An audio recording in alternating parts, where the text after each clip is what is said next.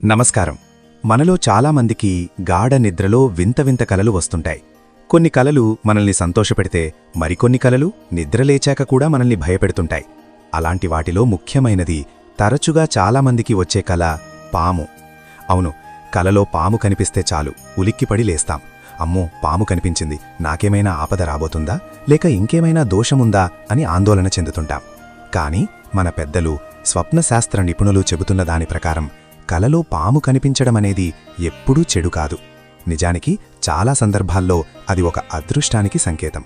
అసలు పాము ఏ ఏ రూపాల్లో కనిపిస్తే ఎలాంటి ఫలితాలుంటాయో ఆ నాగరాజు మనకు అందించే సందేశమేమిటో ఇప్పుడు వివరంగా తెలుసుకుందాం. మొదటగా మనం గుర్తుంచుకోవాల్సిందేంటంటే, హిందూ ధర్మంలో పాము అనేది పూజించదగిన జీవి.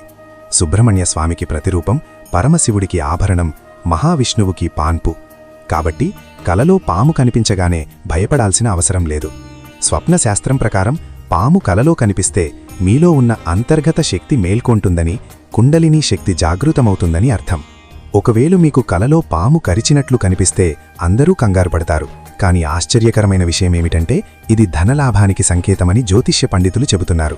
కలలో పాము కరిస్తే మీకు రావలసిన బాకీలు వసూలవుతాయని, లేదా అనుకోని విధంగా డబ్బు చేతికి అందుతుందని నమ్మకం. అలాగే మీకేవైనా దీర్ఘకాలిక అనారోగ్య సమస్యలు ఉండి కలలో పాము కరిచినట్లు వస్తే ఆ రోగం నుండి మీకు విముక్తి లభించి ఆరోగ్యం కుదుటపడుతుందని ఒక ప్రగాఢ నమ్మకముంది.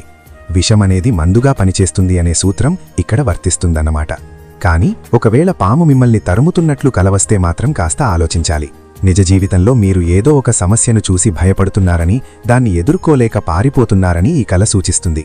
అది అప్పుల బాధ కావచ్చు, ఆఫీసులో ఒత్తిడి కావచ్చు, లేదా వ్యక్తిగత సమస్య కావచ్చు.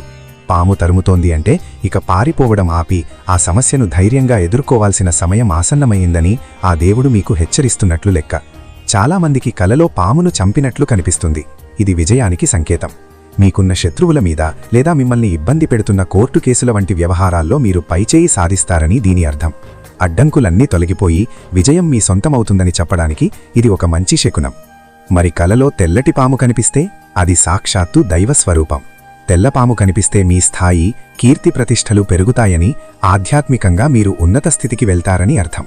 అలాగే కలలో చాలా పాములు గుంపుగా కనిపిస్తే మాత్రం మీ మనసులో చాలా రకాల గందరగోళాలున్నాయని, మీరు తీసుకునే నిర్ణయాల్లో స్పష్టత లేదని అర్థం. అప్పుడు కాస్త ప్రశాంతంగా ఆలోచించి నిర్ణయాలు తీసుకోవాలి. కొందరికి కలలో చనిపోయిన పాము కనిపిస్తుంది. రాహుకేతు దోషాలు లేదా కాలసర్ప దోషాలు ఉన్నవారికి ఇది ఒక మంచి సూచన. మీ జాతకంలో ఉన్న దోషాలు తొలగిపోతున్నాయని, కష్టకాలం ముగిసి మంచి రోజులు రాబోతున్నాయని ఇది తెలియచేస్తుంది. అయితే స్త్రీలకు కలలో పాము కనిపిస్తే, ముఖ్యంగా గర్భిణీ స్త్రీలకు లేదా సంతానం కోసం ఎదురుచూసేవారికి పాము కనిపిస్తే అది సంతాన ప్రాప్తికి సూచనగా పెద్దలు చెబుతారు. నాగదేవత ఆశీస్సులు ఆ కుటుంబంపై ఉన్నాయని భావిస్తారు. ఇక్కడ గమనించాల్సిన మరో ముఖ్యమైన విషయమేమిటంటే, పాము కలలో కనిపించి మీరు బాగా భయపడిపోయి చెమటలు పట్టి నిద్రలేస్తే మాత్రం మరుసటి రోజు ఉదయం స్నానం చేసి దగ్గర్లో ఉన్న సుబ్రహ్మణ్య స్వామి గుడికి లేదా శివాలయానికి వెళ్లడం మంచిది. అక్కడ స్వామివారికి పాలాభిషేకం చేయించి పుట్టలో పాలు పోయడం వల్ల ఒకవేళ ఏదైనా చిన్నపాటి దోషమున్నా తొలగిపోతుంది. అలాగే మీకు మంచి జరిగినట్లు కలవస్తే, ఉదాహరణకు పాము పడగ విప్పి ఆశీర్వదించినట్లు, ఆ విషయాన్ని ఎవరికీ చెప్పకండి. మంచి కలలు గోప్యంగా ఉంచితేనే ఫలిస్తాయి. అదే భయపెట్టే కలవస్తే మాత్రం దాన్ని మీ ఆత్మీయులకు లేదా గురువులకు చెప్పడం వల్ల ఆ దోష ప్రభావం తగ్గుతుందని అంటారు. కాబట్టి ఇకపై కలలో పాము కనిపిస్తే భయపడకండి. అది మిమ్మల్ని కాపాడేందుకు, హెచ్చరించేందుకు లేదా శుభవార్త చెప్పేందుకు వచ్చిన సంకేతంగా భావించండి.